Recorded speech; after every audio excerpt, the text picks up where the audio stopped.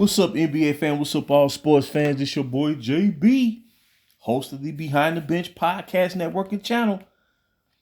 Giving a shout out to the rest of the crew: Shad, Kelvin, Jermaine, KB, Film Room, Big Dog, Talk Sports. That's right. For everyone who's tuning in, we thank you for supporting Behind the Bench. Thank you for subscribing to the channel and helping to make this show the best that it can be. Man, I gotta tell you, man. Look, NBA playoffs 2024 is everything that I was hoping for and imagine, man. And it's I'm telling you, it's off the charts, man. It's off the charts. And I want to give kudos to all these young teams out here, man. All these organizations who, built up with young talent, from 4 or 5 years ago. And now they are breaking through in a definitive way. And the young squads out here, they are taking the bull by the horns. They're taking it. What I mean by that is they're not taking no prisoners, but they grabbing hold to that mantle, man, and they deserve it. I'm very happy to see them do it, man. And just a quick mention of, my team, the Los Angeles Lakers, what's going on now shows why they should have stayed the course with their young core. This shows why. It doesn't take as long as what fans have been led to believe over these past 10 years or so that, that you have to win at all costs and, whatever it takes, throw all caution to the wind, no holds barred, throw all your chips in the middle of the table. But in the end, it still do not guarantee victory. It doesn't guarantee it. And the Minnesota Timberwolves in grand fashion, on the road against the defending champion Denver Nuggets, man. Much respect to the Nuggets. But at the end of the day, the Timberwolves came back from 20 points down to defeat the defending champion Denver Nuggets on the road in Game 7 by the score of 98-90. And,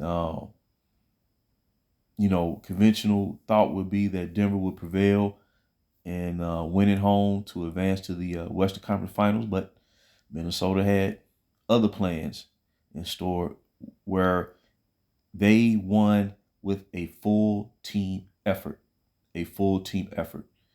And everybody showed up when they needed to show up. Karl Anthony Towns, he's been a staple of their franchise for 10 years. He played big tonight. He had like 22 points, something like 20 plus points and double figure rebounds. Played great defense too. Played great defense when his number was called. Rudy Gobert had a strong game for his role on the team. And when he hit that turnaround shot in the fourth quarter against Jokic, and I think that was KCP, Kentavious Caldwell-Pope, on the double team, and he faded back off his off leg like Dirk Nowitzki, and it hit all net with the shot clock about to expire. I said, man, Minnesota, like they may take this. They may come back and win this game. And it's kudos. It's kudos, man. And they show why they boasted the league's top-rated defense all season long, and it showed tonight. And this is what I envision that this decade is going to be in the league. And, Denver, they gave it their all, man. They gave it their all. And it's going to be hard to repeat in the 2020. It's going to, because this is already 2024. We have yet to have a repeat champion, because what's happening is you have a bevy of teams from 5 years ago that started they build up playing. And remember, Memphis Grizzlies, prior to this year, they clinched the number 2 seed going into the playoffs. And 2 years ago, when they faced Golden State in the conference semifinals, remember, Ja Morant got hurt in that series, and they wound up losing that in like 5 games. Otherwise, Memphis may have won that series, or at least I put it this way, it would have won 7. It would have won 7 games because they had home court. I believe Golden State was like I think they may have been like the 6th seed, the 3rd seed, but nonetheless, they was not. Memphis had home court this series, and Golden State, wound up winning. But it's a bevy of teams that over a 5-year period they built up their young talent from Minnesota to OKC. Dallas Mavericks, kudos to Dallas. They advanced to the conference finals, but they had to come back from a double-digit deficit, like 15, 16 down, to come back and defeat Oklahoma City by a point. It wasn't like they blew OKC out. They beat them by a point, and it came down to the very last second of that game. So OKC really don't have no reason to hang their head down. You know, they got a tremendous future for themselves. They had the number 1 seed going to the playoffs.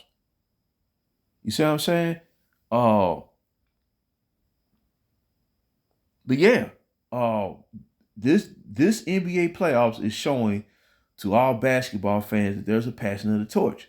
It's been a long time coming. And whoever wins the title this year, like Boston Celtics in the conference finals versus Indiana Pacers, if they don't bring their A game, they gonna lose. Indiana Pacers had the number 1 ranked offense all year long. And it showed today against a valiant, New York Knicks team that was severely undermanned. But at the end of the day, Indiana Pacers is legit. A young driven team that made a key move, bringing in Pascal Siakam without compromising their future. And they have a bright future for themselves. The Cleveland Cavaliers have a bright future for themselves. The New York Knicks have a bright future for themselves. Boston Celtics, if they're gonna do it, they're gonna have to do it this year. If not, they'll always be a darn good team. But they've been knocking at the door for some time now. They gotta eventually win. When it comes down to it. But all these teams that went for broke, man, over these past 3-4 years, giving up all their young talent, mortgaging away draft pick after draft pick after draft pick, a whole slew of draft picks, and they haven't done anything. And they're going to fall to the back of the pack. If you look at where this year's standings of the regular season show the trajectory of where teams are going to go, teams are on the rise, and the team is on their way down. And it's not going to change. It's not going to carry over because free agency does not boast any superstars that go around. You got some solid players. You know what I'm saying? But most of those players probably gonna re-sign with their current team that they're playing for now. So free agency is not gonna be the tool to say, okay, we just gonna throw all our chips middle of the table, clear out most of our roster to free up cash space to bring in a superstar. No, them days done. Them days are done. And with the new CBA that was initiated this year, that will really start to impact the league dynamic starting next year. Teams not gonna be able to manipulate, the system or finagle their way to try to pursue a championship. It's not gonna work. It's not gonna work.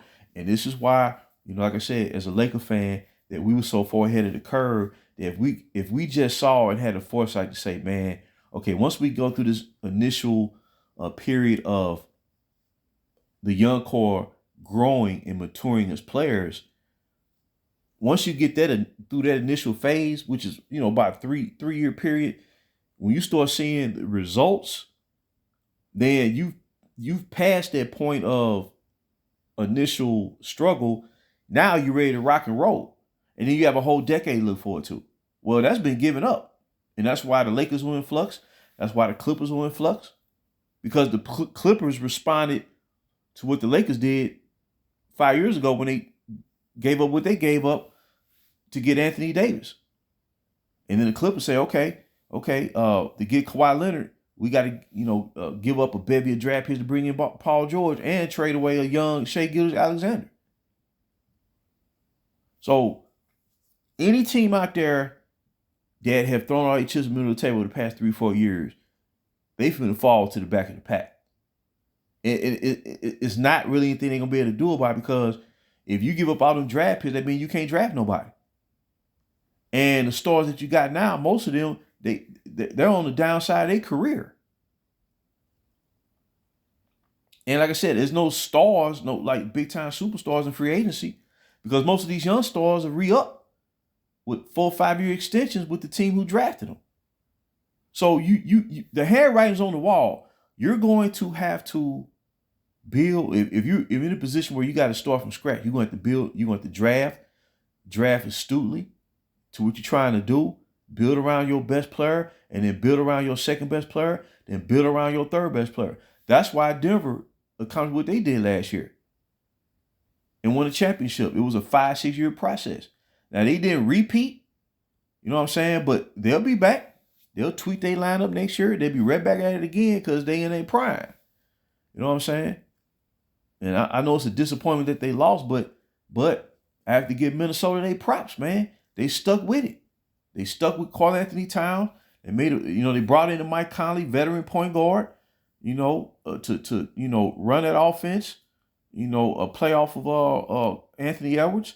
And Anthony Edwards, he didn't necessarily shoot well tonight, but in the fourth quarter, he got it done on both sides of the ball. And he put pressure on Denver, man, to react to him on defense. And that got Minnesota going. And once they took the lead, they served on the victory. So I'm loving it, man. I'm loving, what these playoffs are showing, man. And it's time, man. It is time. These players dictating and controlling these franchises, run them to the ground to try to win, and they still fall short. It's getting played out, man, because it's really based on hype. It's not based on substance. And it's really based off past reputation of what a player used to be. The new era is here. It's here, man. And it's taking a full team effort. Like when I watched Minnesota play tonight, even though Anthony Edwards is the team's best player per se, well, their staple player figure of the past 10 years was the one who kind of, led them in a sense. Karl Anthony Towns, man, he played big tonight in his role. He stepped up, man, and then it was a balanced attack, man. Naz Reid gave them good minutes down the stretch. He played big in that fourth quarter. Conley hit some big shots. Jaden McDaniel, drafted player by the Minnesota Timberwolves. He came through in a big way tonight, scored 20 points. You know what I'm saying? That was a team effort out there, man. So they earned their trip to the West Conference Finals. And they face another team that earned their trip to the West Conference Finals in the Dallas Mavericks. And I'm just going to watch, man. I'm just going to watch and enjoy. I'm not predicting who's going to win. Either team really could win. And, Minnesota does have home court advantage, so that could be the determining factor this time around. But, Luka is a beast. And then they got Kyrie on there, man. He can go off in the fourth quarter. So I'm just going to enjoy it, man. I'm just going to enjoy it. Enjoy the Eastern Conference Finals, man. But kudos to these young squads, man. They got it. They got it, man. And it's time for the NBA to support this movement and don't undermine them and allow these veteran superstars continue to manipulate the game, skirt the system, and stack the deck and form super teams. No, that's not cool, man. You penalizing these teams out here that's doing it by the book. You penalizing them teams, man. It's time to break free of that, eliminate that, and let the NBA roll like it's supposed to. And we're gonna have a great decade the rest of the way, and let the chips fall where they may. So I just want to drop that real quick. Kudos to Minnesota. They are now in the Western Conference Finals. We'll face the Dallas Mavericks and the Boston Celtics versus the Indiana Pacers. So kudos. But until next time, all NBA fans, this is your boy JB for BTB, Behind the Bench.